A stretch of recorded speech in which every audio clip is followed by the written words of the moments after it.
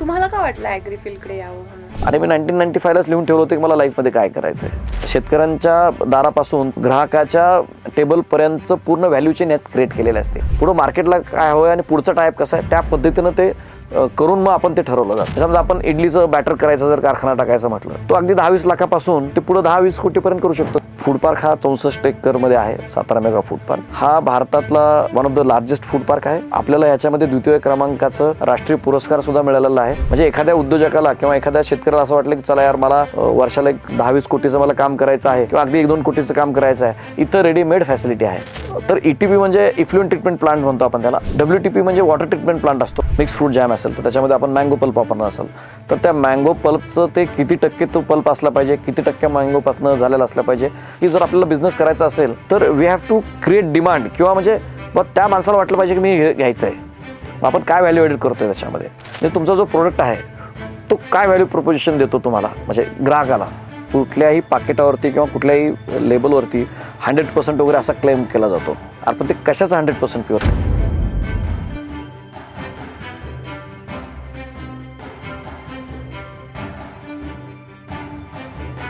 Hi hello नमस्कार, मी प्रगती देसाई आणि TODच्या प्रेक्षकांचं आजच्या या विशेष पॉडकास्टमध्ये मी मनापासून स्वागत करते. मंडळी, आपण रोजच भेटतो, रोज चर्चा करतो, वेगवेगळ्या विषयांवरती बोलतो, तुमच्यापर्यंत आम्ही सगळ्या बातम्या माहिती पोहोचवत असतो. पण आज आपण एका विशेष मुद्द्यावर चर्चा करणार आहोत. महत्त्वाचं म्हणजे आपल्या देशात प्रामुख्यानं आरोग्य आणि कृषी क्षेत्र मोठ्या प्रमाणात आहे आणि आपला देश कृषीप्रधान देश आहे असं देखील म्हटलं जातं.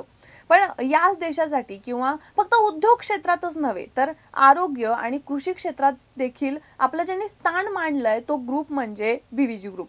आता BVG ग्रुपबद्दल विशेष ओळख सांगण्याची तर तुम्हाला गरज नाहीये, पण आपला ज्या कृषीप्रधान देश आहे या देशात आपला शेतकरी सध्या कुठेतरी मागे पडत चाललाय किंवा उत्पादनात घट होत चालली आहे आणि त्यासाठी काय करावं, काय केलं पाहिजे, आपली शेतीची मूल्य कशी असली पाहिजेत, आपल्यासमोर कोणती आव्हानं असली पाहिजेत किंवा एक थोडक्यात काय की एक शेतकऱ्याने कशी शेती केली पाहिजे किंवा व्यवसाय क्षेत्रात आपण कशी प्रगती केली पाहिजे, याच मुद्द्यांवर आज आपल्यासोबत चर्चा करण्यासाठी आलेले आहेत BVG ग्रुप ऑफ सायन्सचे आणि सातारा मेगा फूड पार्कचे vice president Vijaykumar Chhole sir. Sir नमस्कार, तुमचं खूप खूप स्वागत आहे TODच्या या विशेष एपिसोडमध्ये. सर, एकंदरीतच ही जी संकल्पना आहे की आरोग्य क्षेत्रात आणि कृषी क्षेत्रात जे काम केलं जातं तर ही संकल्पना कुठून आली आणि महत्त्वाचं म्हणजे हे कसं काम केलं जातं या ग्रुपद्वारे?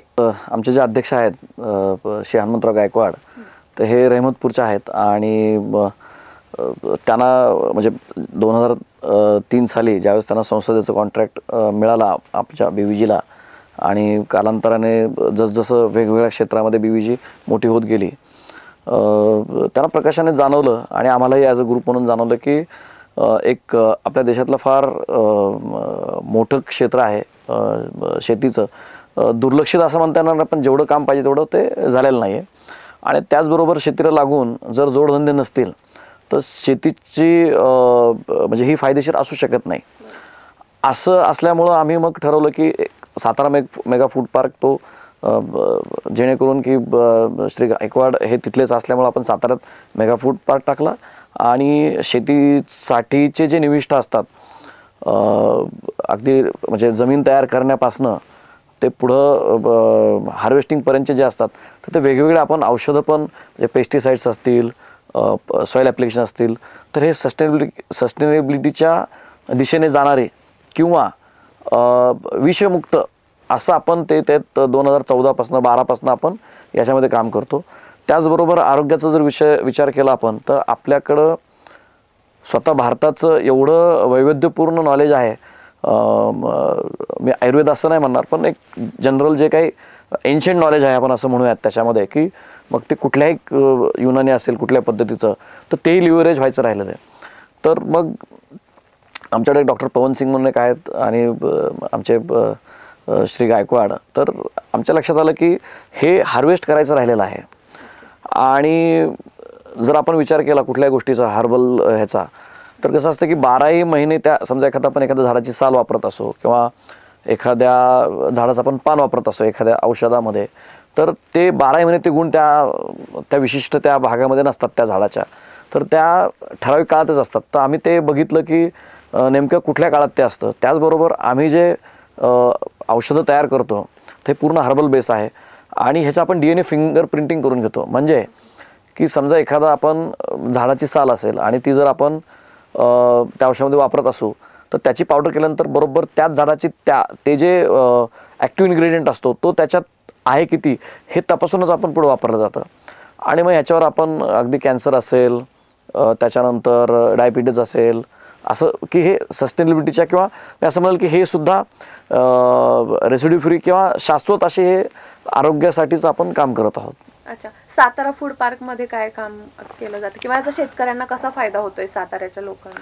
Actually Satara mega food park हा 2012 साली ह्याला तत्वता म्हणजे इन प्रिन्सिपल अप्रुव्हल मिळालं. 2010 साली आपण याचं केंद्र सरकारकडे याचं आपण एक्सप्रेशन ऑफ इंटरेस्ट केला होता आणि 14ला आपल्याला ह्याची फायनल अप्रुव्हल मिळालं. ॲक्च्युली हा मेगा फूड पार्क संकल्पनाच फार वेगळा आणि फार सुंदर आणि फार वेगळ्या प्रकारचा आहे.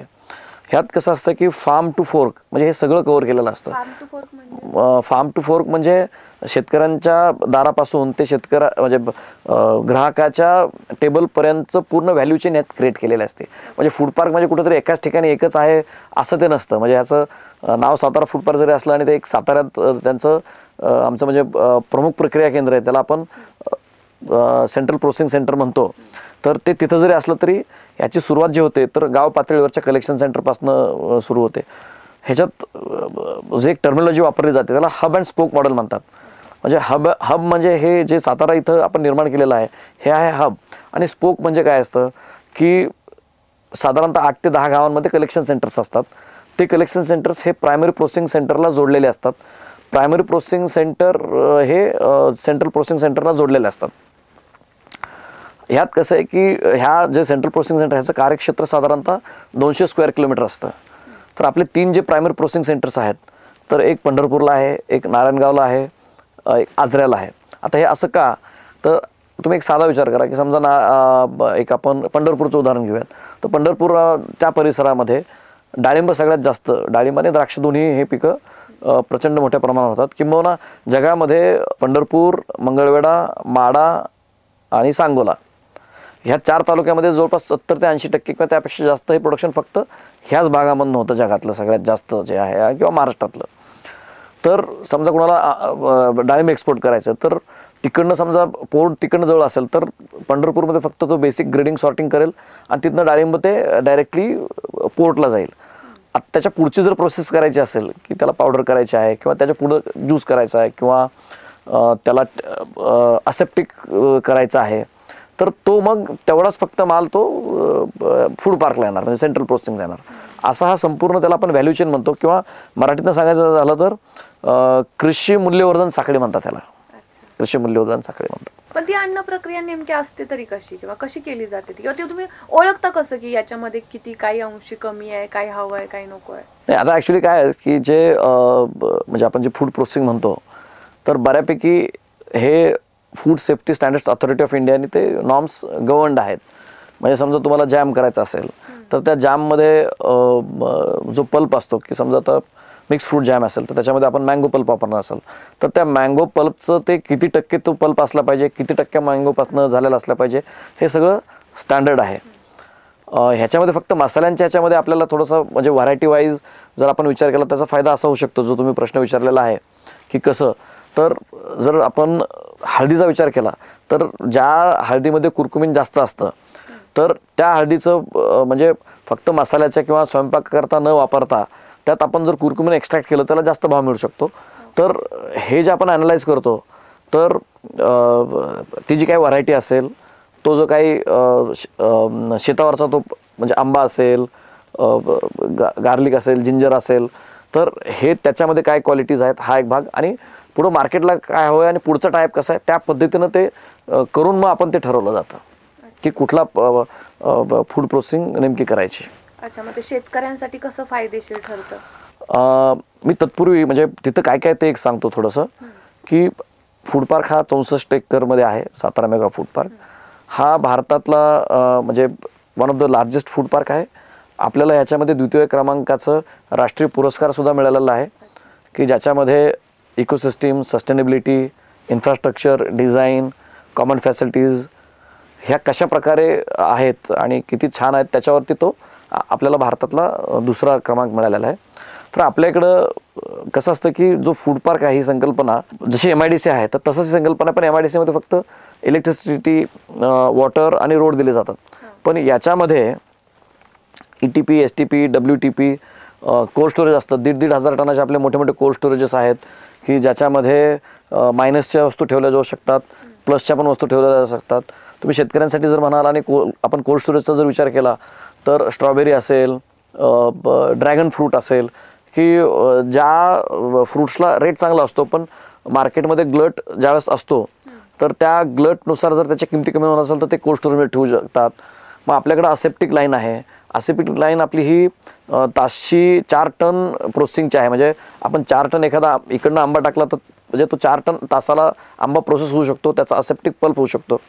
जर आंब्याचा आपण विचार केला तर जे पल्प तयार होतात की आपण जे माझा पितो, फ्रुटी पितो किंवा कुठे जिथंमध्ये आंब्याचा फ्लेवर असतो तर हे जर म्हटलं आपण सगळ्या फळांच्या याच्यामध्ये 40% वाटा फक्त आंब्याचा असतो. तर शेतकऱ्यांचा आपण जर विचार केला तर तो आंबा त्याचा पल्प करून ठेवू शकतो. त्याचबरोबर आपल्याकडे मसाल्याचं तिथं युनिट आहे, त्याच्यानंतर पाण्याचं युनिट आहे. तर ह्या फूड पार्कचं आणि तिथं प्लॉट्स आहेत, ॲडमिनिस्ट्रेटिव्ह बिल्डिंग आहे, 7,000 टनाचं वेअरहाऊस आहे. याचं थोडक्यात कसं आहे की आपण मॉलमध्ये ज्यावेळेस जातो तर तिथं सगळं असतं, म्हणजे त्या मॉलचं असतं आणि तुम्हाला फक्त तुमचं दुकान टाकायचं असतं. बाकी AC, सेंट्रल AC असेल, सेंट्रल सिक्युरिटी असेल, CCTV असेल, बाकी सगळं ते तसं इथं कसं तुम्हाला प्लग अँड प्ले आहे. म्हणजे एखाद्या उद्योजकाला किंवा एखाद्या शेतकऱ्याला असं वाटलं की चला यार मला वर्षाला एक 10-20 कोटीचं मला काम करायचं आहे किंवा अगदी 1-2 कोटीचं काम करायचं आहे, इथं रेडीमेड फॅसिलिटी आहे. म्हणजे असं हे असतं.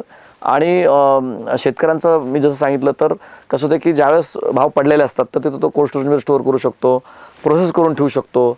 त्याचबरोबर जर काही फार्मर प्रोड्युसर ऑर्गनायझेशन जर एकत्र काम करत असतील, मध्यंतरी आपल्याकडं FPOs यायच्या आणि ते त्यांचं जे धान्य आहे ते आपल्याकडे निवडून ग्रेडिंग पॅकिंग करून घ्यायचे, ती पण लाईन आपल्याकडे आहे.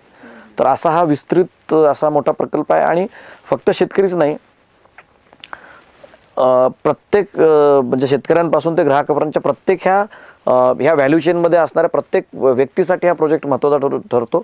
कारण हे डायरेक्ट शेतकऱ्यांशी निगडीत असल्यामुळं आणि पुढं सगळं कनेक्टिव्हिटी असल्यामुळं हे सगळ्या लोकांना फायदेशीर होतं. सगळ्या तुम्ही मध्ये जर आता WTP, ETC वगैरे म्हटलं ते थोडं सविस्तर सांगा. हां, ॲक्च्युली हे फार महत्त्वाचं आहे. बऱ्याच लोकांना हे माहीतही नसतं. आणि कसं असतं की ज्यावेळेस आपण कुठली इंडस्ट्री टाकतो की सिमेंटची इंडस्ट्री असेल, टेक्स्टाईल पार्क असेल, तर जे नॉर्म्स असतात तर पोल्युशन कंट्रोल बोर्डचे नॉर्म्स हे वेगवेगळ्या इंडस्ट्रीसाठी वेगवेगळे असतात.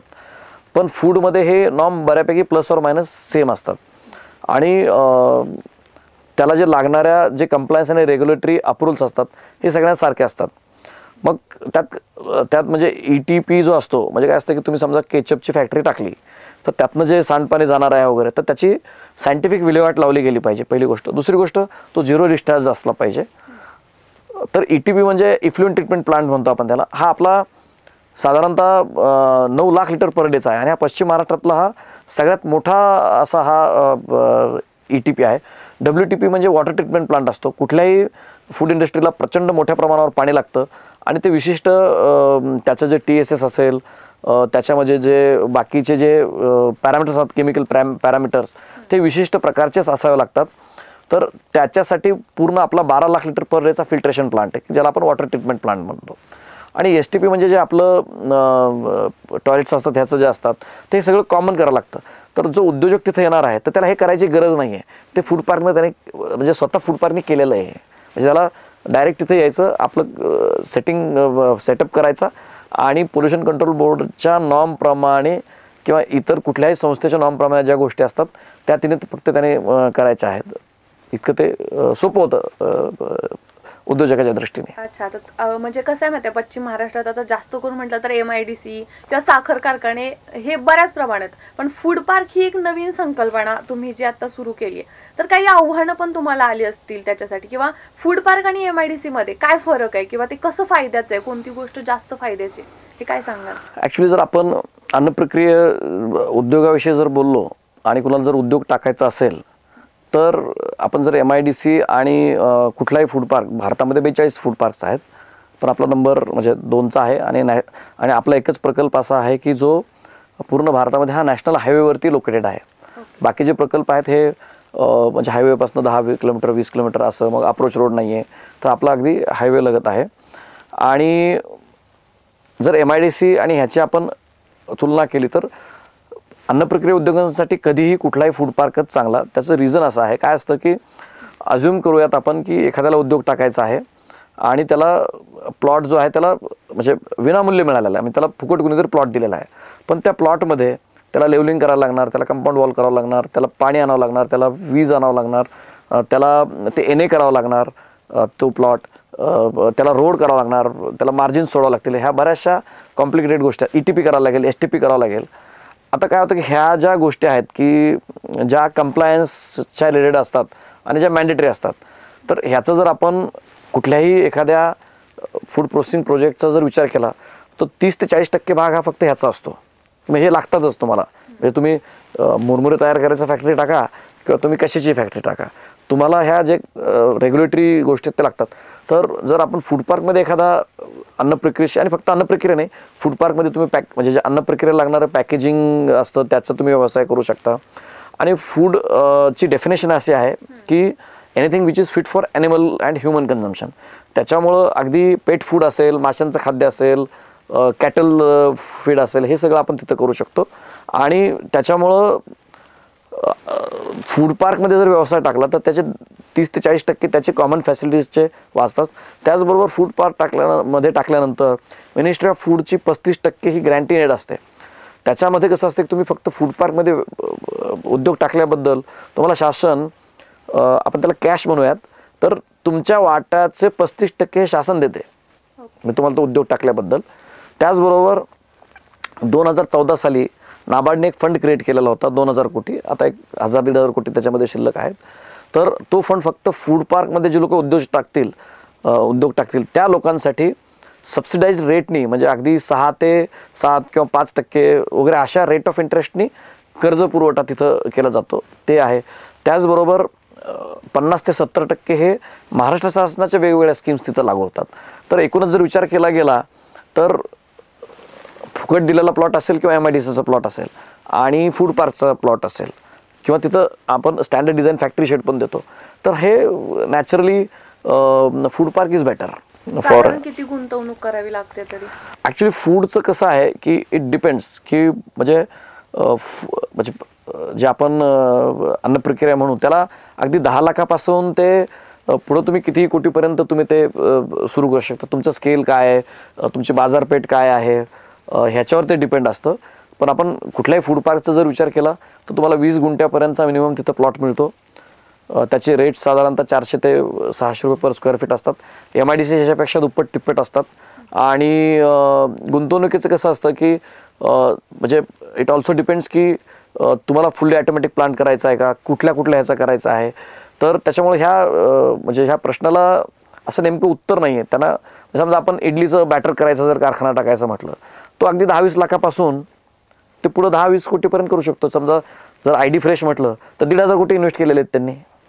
सो इट डिपेंड्स ॲक्च्युली आपल्याला मार्केट, इकॉनॉमिक स्केल काय पाहिजे, प्रोडक्ट आपला कसा आहे आणि आपण कुठल्या क्लायंटला सर्व्ह करतोय. तर there are many factors of investment. तुमच्या अंदाजानुसार असं काय वाटतं की कोणते प्रोडक्ट्स आहेत की ज्याची जास्तीत जास्त मागणी मार्केटमध्ये आहे? ॲक्च्युली म्हणजे मागणी आहे असं म्हणजे म्हणण्यापेक्षा किंवा मग त्याचं उत्तर देतो पहिलं, मग मी क्रायटेरिया पण सांगतो की कुठल्या क्रायटेरियावरती तुम्ही प्रोडक्ट सिलेक्ट केला पाहिजे. आता मागणी जर म्हणाल तर म्हणजे माझं ॲनालिसिस असं आहे किंवा ज्या रोजच्या दैनंदिन ज्या गोष्टी लागतात, तिखट, मीठ, वडापाव, समजा जस्ट अन एक्झाम्पल, तुम्ही वडापावचे किती बघा, म्हणजे पुण्यात असेल किंवा महाराष्ट्रामधलं मी बोलतोय. आणि जर आपण नॉर्थमध्ये जर बघितलं तर छोले भटुरे, समोसे, आणि साऊथमध्ये तर इडली आणि डोसा, आणि हे तुम्ही कितीही टाका, म्हणजे एव्हरीबडी हॅज बिझनेस. फक्त तुम्ही त्याला स्वतःचं वेगळेपण कसं करता त्याच्यावर ते डिपेंड आहे. तर त्याच्यामुळं मागणी, मला असं मी म्हणेल की मागणीपेक्षा माझं असं म्हणणं असेल की जर आपल्याला बिझनेस करायचा असेल तर we have to create demand, किंवा म्हणजे त्या माणसाला वाटलं पाहिजे की मी घ्यायचं आहे. मग आपण काय व्हॅल्यू ॲडेड करतोय त्याच्यामध्ये. So there are mass products आणि देर आर निश प्रोडक्ट्स.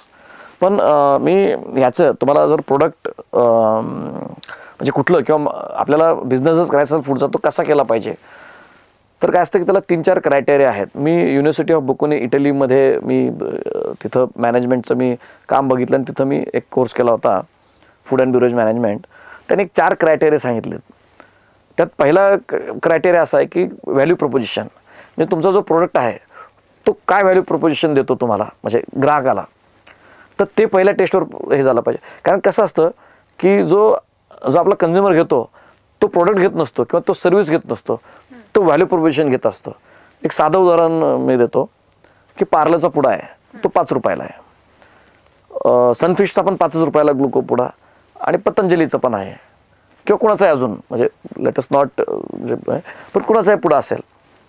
पण समजा मी जर पार्ले खाणार असेल तर मला म्हणजे 4 रुपयाला सनफिश जरी दिला तरी मी तो घेणार नाही आहे, कारण मी त्या 5 रुपयामध्ये तो पार्ले घेत नाही आहे, मी तो व्हॅल्यू प्रपोजिशन घ्यायला लागलो आहे की मला ते घ्यायचं आहे.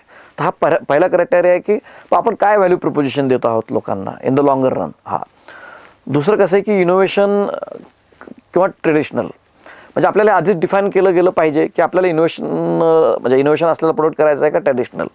म्हणजे ह्याच्यात मी जास्त बोलत नाही कारण हे सिम्पल टर्म आहे इनोव्हेशन आणि हे. तिसरं असं आहे की ग्लोबल मार्केट का लोकल मार्केट. आणि चौथं निश का इकॉनॉमिक स्केल, म्हणजे जर तुम्ही मोठं केलं तर तुम्हाला इकॉनॉमिक स्केल मिळणार आहे आणि निश केलं तर तुम्हाला व्हॅल्यू ॲडिशन जास्त पैसे मिळणार आहेत. म्हणजे जर आपण त्याचं उदाहरण घ्यायचं झालं ह्याचं निश आणि इकॉनॉमिक स्केलचं, तर साधे सॉसेस असतात तर ते मोठ्या स्केलवर होतात आणि जे आपण त्याला गव्हर्मेंट सॉसेस म्हणतो ते त्याची निश मार्केट असते, ते तुलनेने महाग असतात असं. तर असं हे ठरवलं लागतं आणि त्याचबरोबर बाजारपेठेचा अभ्यास वगैरे असं त्या पद्धतीनं असतं ते. सर आता तुम्ही एक मुद्दा सांगितला की गुणवत्ता तपासली जाते वगैरे, तर त्याच्यासाठी आपल्याकडे FSSAI ही जी संस्था काम करते किंवा ही व्हेरीफाईड असेल, हे पण बरेच ग्राहक चेक करतात, तर ते कशाच्या आधारित ही संस्था आपले प्रोडक्ट व्हेरीफाईड करते? ॲक्च्युली काय आहे म्हणजे जी म्हणजे त्याला आपण food safety standards authority of India म्हणतो आणि हे मिनिस्ट्री ऑफ हेल्थच्या अंडरखाली ही संस्था येते. तर कसं असतं की म्हणजे आपण फूड प्रोसेसिंग करतो म्हणजे काय करतो आपण की आपण त्याचं प्रिझर्वेशन करतो, किंवा त्याची शेल्फ लाईफ वाढवतो किंवा जो जसा समजा गहू आहे तर गव्हापासून आपण पीठ तयार करतो. तर FSSAIकडे मी पण एक 3-4 FSSAIच्या वेगवेगळ्या कमिट्यांवरती मी काम केलेलं आहे. तशा कमिटी असतात आणि मग त्या प्रत्येक गोष्टीचं नॉर्म ठरवतात. म्हणजे कसं की समजा आपण पिठाचं जर उदाहरण घेतलं तर गव्हामध्ये तुम्हाला पॅक करून विकण्यासाठी त्याच्यामध्ये मॉइश्चर किती टक्के असलं पाहिजे, त्याच्यानंतर तो पॅक साईज कशी असली पाहिजे, त्याचं लेबलिंग कसं असलं पाहिजे. आत्ता काल परवाच एक नवीन नोटिफिकेशन आलं आहे food safety standards authority of इंडियाचं, की तुम्ही जर बघितलं असेल कुठल्याही पाकिटावरती किंवा कुठल्याही लेबलवरती 100% वगैरे असा क्लेम केला जातो की बाबा 100% प्युअर वगैरे. पण ते कशाचं 100% प्युअर, त्याला काही हेच नाही ना, त्याला बेसच नाही आहे. तर ते त्यांनी आता बंदी घातली की तुम्ही 100% हा तुमच्या याच्यावर वापरता येणार नाही आहे. तर हे जे पॅरामीटर्स असतात तर ते पॅरामीटर्स जे असतात तर तुम्ही जे इन्ग्रेडियंट वापरता तर त्याच्या प्रमाणात म्हणजे ते कुठल्या प्रमाणात कसं घातलं गेलं पाहिजे, काय घातलं गेलं पाहिजे. एक दुसरं उदाहरण द्यायचं म्हटलं की जर तुम्हाला म्हणजे FSSAI मान्यता प्राप्त जर पदार्थ करायचे असेल, सगळ्याच पदार्थांना मान्यता असते, ज्यांना त्यांचं जे ॲक्ट आहे त्या ॲक्टमध्ये जर त्या विशिष्ट इन्ग्रेडियंट्स वापरून होणारा पदार्थ जर त्यांच्या त्या ह्याच्यात नसेल तर त्याला आपण प्रोप्रायटरी फूड म्हणतो. आणि प्रोप्रायटरी फूडसाठी आपल्याला मग त्याला अप्लाय करावं लागतं की माझी मग ही प्रोसेस आहे, माझं हे इन्ग्रेडियंट आहे, माझ्या प्रोडक्टचं नाव हे आहे असं आपल्याला सांगावं लागतं. पण जे रेग्युलेटेड प्रोडक्ट्स असतात की बिस्किट आहेत तर बिस्किटची डेफिनेशन ठरलेली आहे. एक तुम्हाला आणखीन एक म्हणजे फार म्हणजे तो प्रश्न विचारला म्हणून, आपण ज्यावेळेस ज्यूस म्हणतो माझा असेल कुठलाही म्हणजे ज्यूस ज्यावेळेस म्हणतो तर ज्यूसचे सुद्धा क्लासिफिकेशन असतात. ज्यूस कशाला म्हणायचं, नेक्टर कशाला म्हणायचं, त्याच्यानंतर शेक कशाला म्हणायचं असं. तर हे त्याने ठरवून दिलेली मानक आहेत आणि त्या पद्धतीने तुम्हाला झालं तर मग त्या लायसन्समध्ये तुम्हाला तो पदार्थ तयार करण्याची किंवा विकण्याची परमिशन मिळते. जर तुमच्या त्या डेफिनेशनमध्ये तो प्रोडक्ट नसेल तर तुम्हाला वेगळी मान्यता घ्यायला लागते. तर ते म्हणजे मग काय करायला लागतं आपल्याला की तुमचा वेगळा काही प्रोडक्ट असेल की जो जो सेट झालेले प्रोडक्ट्स आहेत त्याच्यामध्ये तो बसत नसेल तर त्याच्यामध्ये तुमची सगळी प्रोसेस डिफाईन करणं आलं, तुमचे इन्ग्रेडियंट्स कुठले कुठले वापरले जातात ते सगळं त्यांना सांगणं आलं, त्याच्यानंतर त्याच्या शेल्फ लाईफ स्टडीज वगैरे करणं आलं आणि मग त्याच्यानंतर तुम्ही FSSAIला अप्लाय करायचं आणि मग तुम्हाला ते परमिशन देतात की बाबा ह्या, आणि ते मग कॅटेगरी म्हणून मान्य करतात ते. आता जर तुम्ही सातारा फूड पार्क जे सुरू केलेलं आहे ते त्यामधून मग रोजगार निर्मिती होतीये का, किंवा किती लोकांना रोजगार मिळाले आतापर्यंत?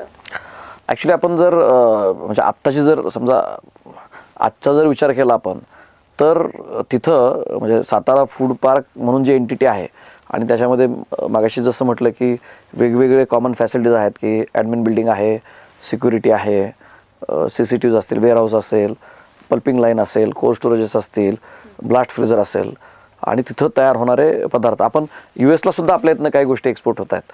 तर सातारा मेगा फूड पार्कतर्फे जर विचार केला तर आपण आत्ता देखील 200-300 लोकांना तिथं रेग्युलर येतात आणि तिथं अजून इतर उद्योग आहेत की ज्यांनी तिथं फॅक्टरीज टाकलेल्या आहेत. एक दुधाची फॅक्टरी आहे, एक तुमच्या चिंचोक्यापासनं पॉलिसॅकराईड तयार करण्याचा एक कारखाना आहे, तो इनोव्हेटिव्ह प्रोडक्ट आहे की तर तिथं असं जर मिळलं तर आजही मिनिमम 300 ते 500 लोक रोज येऊन जाऊन तिथं रोजगार आहेत. हे झाले डायरेक्टवाले.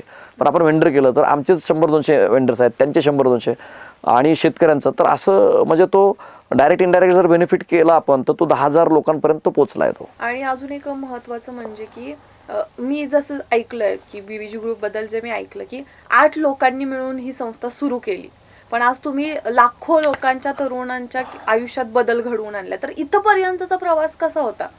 काही आव्हानं वगैरे आली असतील ना? आव्हानं तर होतीच, पण कसं होतं की संकल्प आणि संकल्पना थोडंसं वेगळी होती, काळाच्या पुढे होती.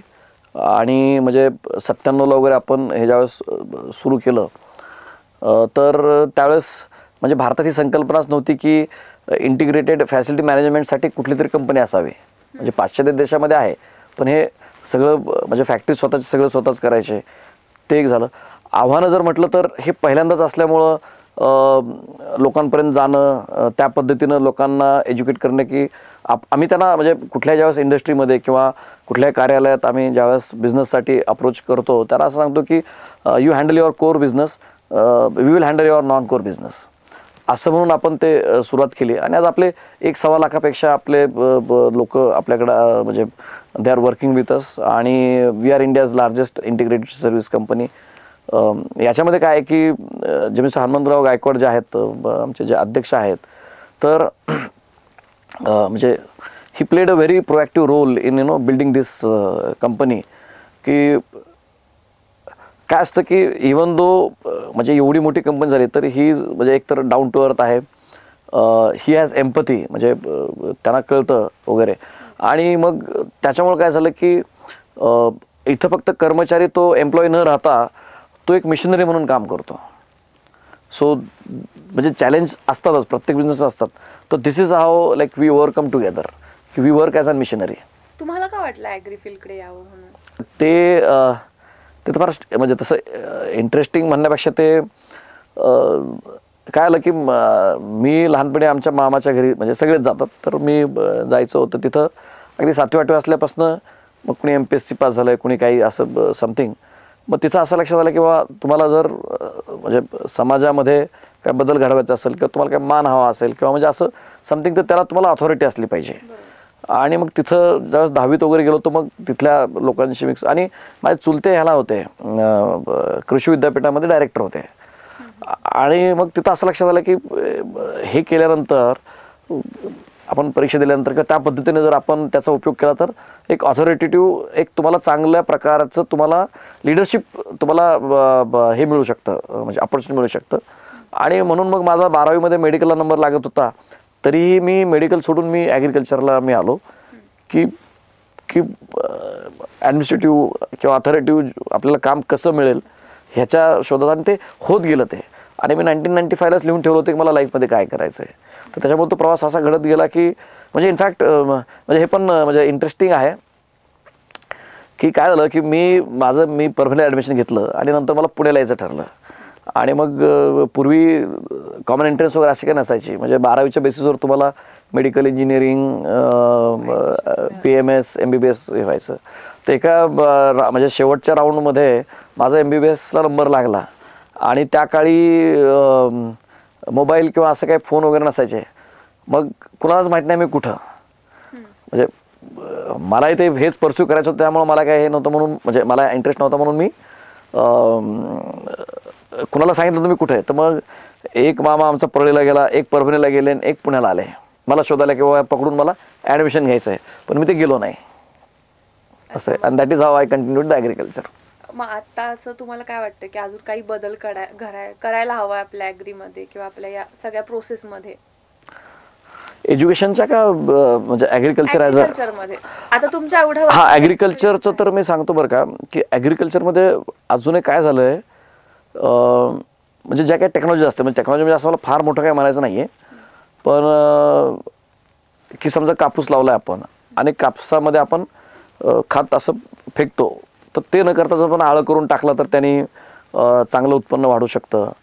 दुसरं, आपण इंटिग्रेटेड पेस्ट मॅनेजमेंटकडे जर प्रॉपरली लक्ष दिलं तर ते होऊ शकतं. अशा छोट्या छोट्या गोष्टी आहेत की त्या अजूनही शेतकऱ्यांपर्यंत गेलेल्या नाही आहेत, हे एक आहे. दुसरं काय झालं की शेतीच्या अप्स अँड डाऊन्समध्ये मुळातच म्हणजे त्याला ग्लॅमर असं मी म्हणेल की त्याला एक अट्रॅक्शन नाही आहे, म्हणजे कुठल्या म्हणजे युवकांना किंवा कोणाला असं शेती असे अट्रॅक्टिव्ह वाटत नाही किंवा त्यांनी शेतीमध्ये करिअर करावं, तर ते थोडंसं मिसिंग आहे.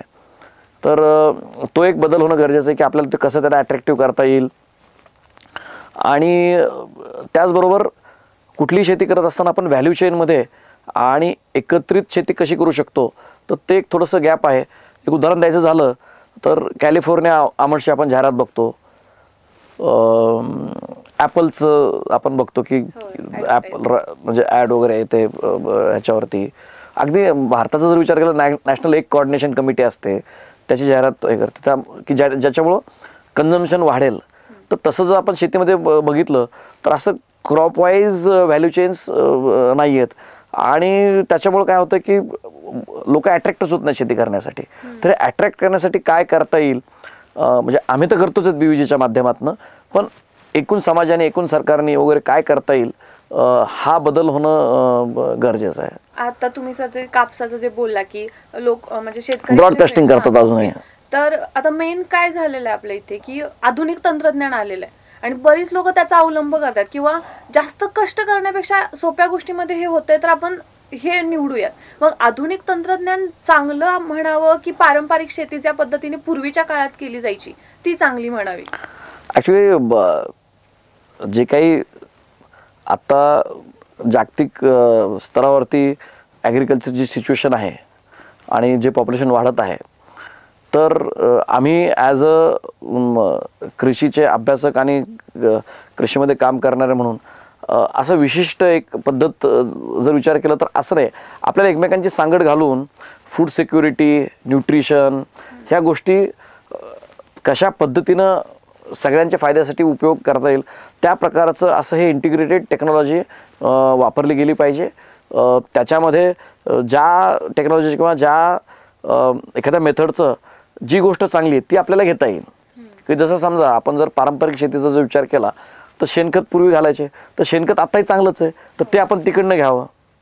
पण दुसरं, आणि मी असा प्रश्न विचारतो उलट म्हणजे सगळ्यांना, किंवा मी असं मांडतो त्याच्यामध्ये की आज आपल्याला कोविड झाला किंवा आज आपल्याला एवढे म्हणजे असे आजार आलेत की जे आपल्याला माहीत नव्हते पूर्वी कधी, आणि आता कम्युनिकेबल डिझिजेस फार वाढलेत, नवीन नवीन रोग आजार येत आहेत. मग तिथं परंपरागत असा विचार करतो का? नाही ना. मग तिथं आपण काय विचार करतो की ॲडव्हान्स आणि किती लवकर ते बरं होईल वगैरे, प्रिव्हेंटिव्ह नंतर येतं. पण जर समजा तुमचा कोविड किंवा तुमचा जो आजार आहे तो बराच झाला आणि तुम्ही काहीच करू शकणार नाही ना. त्याच्यामुळे ते इंटिग्रेट असलं पाहिजे. आणि ॲट द सेम टाईम की पण पुढच्या शाश्वतीसाठी हे म्हणजे सस्टेनेबल कसं करता येईल, तर त्यासाठी शेणखत वगैरे म्हणणं किंवा जे पारंपरिक आहेत तर त्याचा देखील वापर करायला लागणार आहे. पारंपरिकमध्ये एकच आहे की सुरुवातीला तुमचं प्रोडक्शन कमी होतं पण नंतर ते स्टेबल होतं. तर देर आर मल्टिपल फॅक्टर्स आणि पिकाप्रमाणे तुमच्या रिक्वायरमेंटप्रमाणे ते आपण बदलू शकतो आणि त्या पद्धतीनं तो प्रत्येक टेक्नॉलॉजीचा आपण वापर करता आला पाहिजे. पण जर आपल्याला पॉयझन फ्री म्हणा किंवा विषमुक्त शेती करायची असेल तर त्याला मात्र हर्बल किंवा तुमचं सेंद्रिय शेती हे आहे. आणि त्याचंच म्हणजे ह्या पुढचं चर्चेचा भाग म्हणून पण आपण पाश्चिमात्य देशात जर बघितलं तिथं ऑर्गॅनिक ह्याला म्हणजे उठाव आहे, म्हणजे तिथं चांगला रेटसुद्धा देतात. म्हणजे याचा अर्थ काय की world is moving towards that. तर कन्सिडरिंग फूड सिक्युरिटी बाकी सगळ्या गोष्टी जे काही पॉसिबल आहे तर ते सगळ्या टेक्नॉलॉजीजचं इंटिग्रेशन करणं हे सगळ्यात सोयीस्कर आहे ॲज अ तज्ज्ञ म्हणून आम्ही सांगू शकतो. पण एक असं मराठी माणूस, आता आपल्याकडे म्हटलं जातं मराठी माणूस उद्योग करू शकत नाही, पण आता आपलीच जर कंपनी पाहिली तर आपल्या महाराष्ट्रातल्या शेतकऱ्यापासून तुम्ही देश विदेशातल्या लोकांपर्यंत कनेक्शन कसं बिल्डअप केलं, किंवा त्यामध्ये तुम्ही कोणत्या पद्धती अवलंबल्या त्यासाठी? तसं पाहिलं काय झालं की आम्ही म्हणजे 97 पासनं ह्याच्यामध्ये ह्या फील्डमध्ये असल्यामुळं आमचं प्रामाणिकपणा, आमचं काम, आमची सचोटी, खरेपणा, एक तो ब्रँड बिल्ड होत गेला तर पीपल स्टार्टेड नोईंग अस, हा एक भाग झाला. दुसरं काय आहे की वी ॲज अ जर टीम जर विचार केला तर म्हणजे होतं काय की आम्ही ज्यावेळेस, आता मी मध्यंतरी आयर्लंड आणि इंग्लंडला गेलो होतो, तिकडचे राजदूत वगैरे असतील त्या लोकांनी आम्हाला वेलकम केलं, त्यांना आमची बॅकग्राऊंड सांगितली, सो दे ॲप्रिशिएटेड इट. आणि वेगवेगळ्या माध्यमांमधनं आम्ही वेगवेगळ्या लोकांपर्यंत पोचतो आणि तेच आम्ही पुढे घेऊन जातो. एक आहे की आवर फूट आर ऑलवेज ग्राउंडेड, आणि त्याच्यामुळे काय होतं की जे लोकांचे आमच्याबद्दलचे जे चांगली मतं आहेत तर त्या लोकांच्या मताशी आम्ही उतरत आम्ही प्रत्येक लोकांना मान देऊन ह्या म्हणजे कंपनी किंवा हे जे काही आम्ही संस्था उभी केलेलं आहे तर ह्याचं जास्तीत जास्त समाजापर्यंत कसं नेता येईल ह्यामुळं ते कनेक्ट होत जातात आणि लोकांना एक बीबीजीविषयी एक प्रेम वाटू लागतं आणि त्याच्यामुळं ते पूर्ण देशाविदेशामध्ये आमचं हे कनेक्ट होत जातात. हे म्हणजे हे ऑर्गॅनिक आहे थोडं. आता छोटे छोटे जे उद्योग आहेत त्यांना काय सांगाल तुम्ही की त्यांनी त्यांचं ब्रँडिंग कसं केलं पाहिजे? ॲक्च्युली हा म्हणजे आपल्या एकूण संभाषणातला हा म्हणजे एक चांगला आणि महत्त्वाचा प्रश्न आहे. कसं होतं की तुमचे कुठलाही प्रोडक्ट असो किंवा सर्व्हिस असो, तो जोपर्यंत ब्रँडिंग करू शकत नाही तोपर्यंत तुमची त्या प्रोडक्टची किंवा सर्व्हिसेसची एक्सक्लुझिव्हिटी काय आहे हे पब्लिकला कळणार नाही आहे. तर त्याच्यामुळे तुमचं ब्रँडिंग करणं हे आलंच. जर ब्रँडिंग नाही झालं त्याचं काही हे नाही. पण आता ब्रँडिंग म्हणजे फार असं काही मोठं नाही की समजा तुमचं भेळीचं जर दुकान असेल तिथं चांगले पाटी लावणे, तुम्ही चांगली सर्व्हिस देणं, आणि आता तर समाज माध्यम आहेत, मीडिया एजन्सीज आहेत, तर branding is plays and very important part. कारण नाही तर मग तुम्ही कमोडिटी होऊन राहता. म्हणजे तुमचा किती प्रोडक्ट किंवा सर्व्हिस चांगली असेल तर ती सामान्य म्हणून राहते.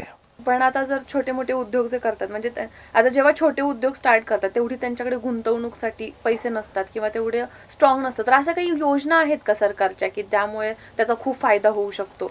ॲक्च्युली तशा म्हणजे फूडमध्ये तशा योजना आहेत, ॲग्रिकल्चर अँड फूडमध्ये. त्याला prime ministers formalisation of micro enterprises असं त्या म्हणजे संपूर्ण योजनेचं नाव आहे. आणि त्याच्यामध्ये तुम्हाला जर तुमचा गट असेल आणि तुम्हाला जर एक कॉमन ब्रँड करायचा असेल तर त्यासाठी 50% किंवा 40 लाखापर्यंतची गुंतवणूक हे सरकार करतं आणि त्याच्यामध्ये तुम्ही ब्रँड बिल्डिंगच्या सगळ्या प्रकारच्या एक्सरसाइजेस घेऊ शकता. आणि अजून एक महत्त्वाचं म्हणजे की आपण आपला एखादा बिझनेस टाकतोय किंवा सपोज आता तुम्ही भेळीचंच उदाहरण दिलं तर आपण भेळीचंच टाकतो, तर आपण तो एन्व्हायरमेंट किंवा स्थानिक तिथली जी जागा आहे त्याचा पण अभ्यास केला पाहिजे का, किंवा तो कितपत करणं गरजेचं आहे? इनफॅक्ट ते तर फारच महत्त्वाचं आहे ना. मी जर मागाशी आपली जी चर्चा झाली तर त्याच्यामध्ये मी 4 पॅरामीटर्स जे सांगितले त्यातला एक तो आहेच ना की लोकल का ग्लोबल. तर ज्यावेळेस आपण लोकलचं म्हणतो तर त्याचा प्रॉपर अभ्यास करणं फार गरजेचं आहे. कुठलाही तुमचा प्रोडक्ट, समजा तुम्ही जर मेक्सिकन वडापाव केला तो कुणी खाणारच नाही ना. त्यामुळे इथला वडापाव तो माणूस कुठल्या पद्धतीने खातो किंवा थालीपीठ असेल तर of course like in fact in creating business market research plays an very important role. So in fact मी ह्याला असं मांडू शकतो की एक तर तुम्हाला म्हणजे तुमचं जे सोल्युशन आहे, म्हणजे आपण प्रोडक्ट किंवा सर्व्हिस ज्यावेळेस देत असतो तो it is solution to some problem.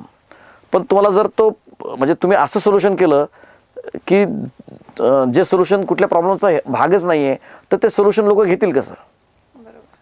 So your product or service has to be part of the problem or solution to some specific defined researched problem.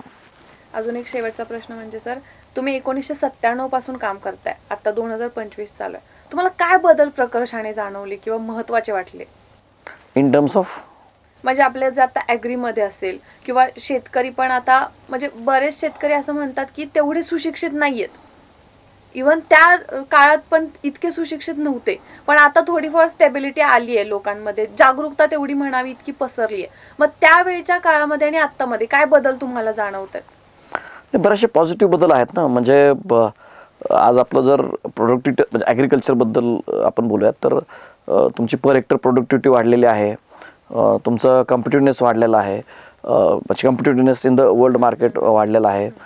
At the same time म्हणजे लोकांना म्हणजे जे आपण consumer म्हणून त्यांची पण awareness वाढलेला आहे. त्याचबरोबर टेक्नॉलॉजीमुळं त्याला काय म्हणतात की शेती आता तुम्ही मोबाईलवरही करू शकलेलं आहे, तुमचं प्रॉपर शेतीचं गणित तुम्ही मांडू शकलेलं आहेत. तर आपण शेतीबद्दल जर विचार केला तर नो डाऊट अबाउट इट आपण म्हणजे 30 वर्षामध्ये फार मोठा पल्ला गाठलेला आहोत. आणि आज आपण वेगवेगळ्या क्रॉप्समध्ये पहिल्या 4मध्ये 5मध्ये आहोत आपण. So that's a big thing. आणि but still there is a big way to go असं आहे. हा म्हणजे मला या क्वेश्चन मधून हेच विचारायचं होतं, कारण कसं झालं की आता बऱ्यापैकी शेतकरी आधुनिक तंत्रज्ञानाचा वापर करतात आणि तेवढी ग्रॅव्हिटी नाही चेक केली जाते प्रोडक्ट्समध्ये, त्यामुळे आता रोगराई पण पसरते. या पण गोष्टी झाल्या ज्या पूर्वीच्या काळात नव्हत्या. म्हणजे खाण्यापिण्यामुळे काही रोग होईल असं पूर्वीच्या काळात नव्हतं, पण आता व्हायला लागले. प्रत्येक गोष्टीमध्ये म्हणजे बऱ्यापैकी भेसळयुक्त अन्न जास्त करून आता पसरवलं जाते. म्हणजे लोक म्हणजे आता सपोज आंबा आहे, तो आंबा पिकायला 4 महिने लागणार आहेत, तर तो केमिकल त्याचा यूज करून तो लवकर पिकवला जातोय, पण त्याचा आपल्या हेल्थवरती इम्पॅक्ट चुकीचा पडतोय. म्हणजे हे मला घ्यायचं होतं की बदल काय तुम्हाला जाणवतोय? नाही असं काय नाही. अडल्ट्रेशन आपण त्याला अडल्ट्रेशन म्हणतो, अडल्ट्रेशन किंवा म्हणजे त्याला जे म्हणतो आपण अशा प्रकारचं ते तेव्हाही होतंय आत्ताही होतं. म्हणजे दुधाचं पण तेव्हाही होतं आत्ताही होतं. 2 गोष्टी त्याच्यामध्ये. एक तर म्हणजे ते प्रमाण वाढलंय किंवा असं मला म्हणता येणार नाही आहे, कारण त्याचा अजून मी अभ्यास किंवा रिसर्च झालेला नाही. पण काय झालं की आपल्याला ते कळायला लागलंय, म्हणजे त्याच्यामुळं अवेअरनेस वाढल्यामुळं ते झालं. परत सरकारी यंत्रणा चांगलं काम करतायत म्हणून ते आपल्याला अडल्ट्रेशन पकडलं जात आहे. त्याच्यामुळं म्हणजे काय त्याला म्हणतात की अडल्ट्रेशन म्हणजे वाढलेलं नाही आहे, पण जागरूकता वाढल्यामुळे आपल्याला ते दिसायला लागलं आहे. तर असं मला त्याच्यात म्हणायचं आहे. आणि सगळ्याच गोष्टी अपायकारक आहेत असं काही नाही आहे ॲक्च्युली. म्हणजे जर आपण समजा आंबा इथिलीन डोसिंगने जर पिकवला तर ethylene is not harmful. So आणखीन एक आहे, काय झालं की त्याच्यात बरेचसे गैरसमजसुद्धा पसरवले जात आहेत. म्हणजे आम्ही फूड टेक्नॉलॉजिस्ट आहोत म्हणून आम्हाला हे कळतं की जसं साधं सांगितलं जातं की बाबा ज्यावेळेस टोमॅटो केचप केलं जातं वगैरे किंवा काहीतरी एखादा पदार्थ केलेला जातो तर ते म्हणजे ते घाण असतं, असं काही नसतं. म्हणजे आंब्याचा जर विचार केला आपण तर किती जरी चांगलं केलं तरी 50% रिकवर निघते. म्हणजे ह्याचा अर्थ 50% फळ हे फेकून दिलं जातं. So it's not like that असं आहे. सो दॅट इज ऑल्सो म्हणजे नाव लोक म्हणजे पसरवतात असं ते आहे. आत्ताच्या शेतकऱ्यांना आणि व्यावसायिकांना काय तुम्हाला मेसेज द्यायचा असेल तर काय देऊ शकता? ॲग्रिकल्चर आणि फूड प्रोसेसिंग बद्दल मी थोडंसं सांगेल. ॲक्च्युली व्यावसायिकांनाच नाही, शेतकऱ्यांना नाही, सगळ्यांनाच मला एक मेसेज काय म्हणजे देता येईल की आपण काल परवाच बघितले की आपण जपानला मागे टाकला आणि आपण 4थ्या नंबरवर आलेलो आहेत इकॉनॉमी म्हणजे त्या तुमच्या GDP आणि इकॉनॉमीमध्ये. पण गंमत आज अशी आहे की हा जो GDP आहे तर ह्याच्यामध्ये फार विषमता आहे.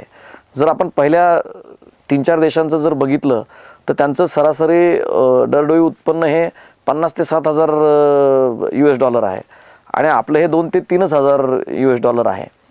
मग एवढी तफावत असेल आणि ही ग्रोथ असेल तर ही थोडंसं म्हणजे चॅलेंज म्हणून आपण स्वीकारून आजही आपले 60% लोक हे डायरेक्टली ॲग्री आणि फूडवर म्हणजे ॲग्रिकल्चरवर डिपेंडंट आहेत.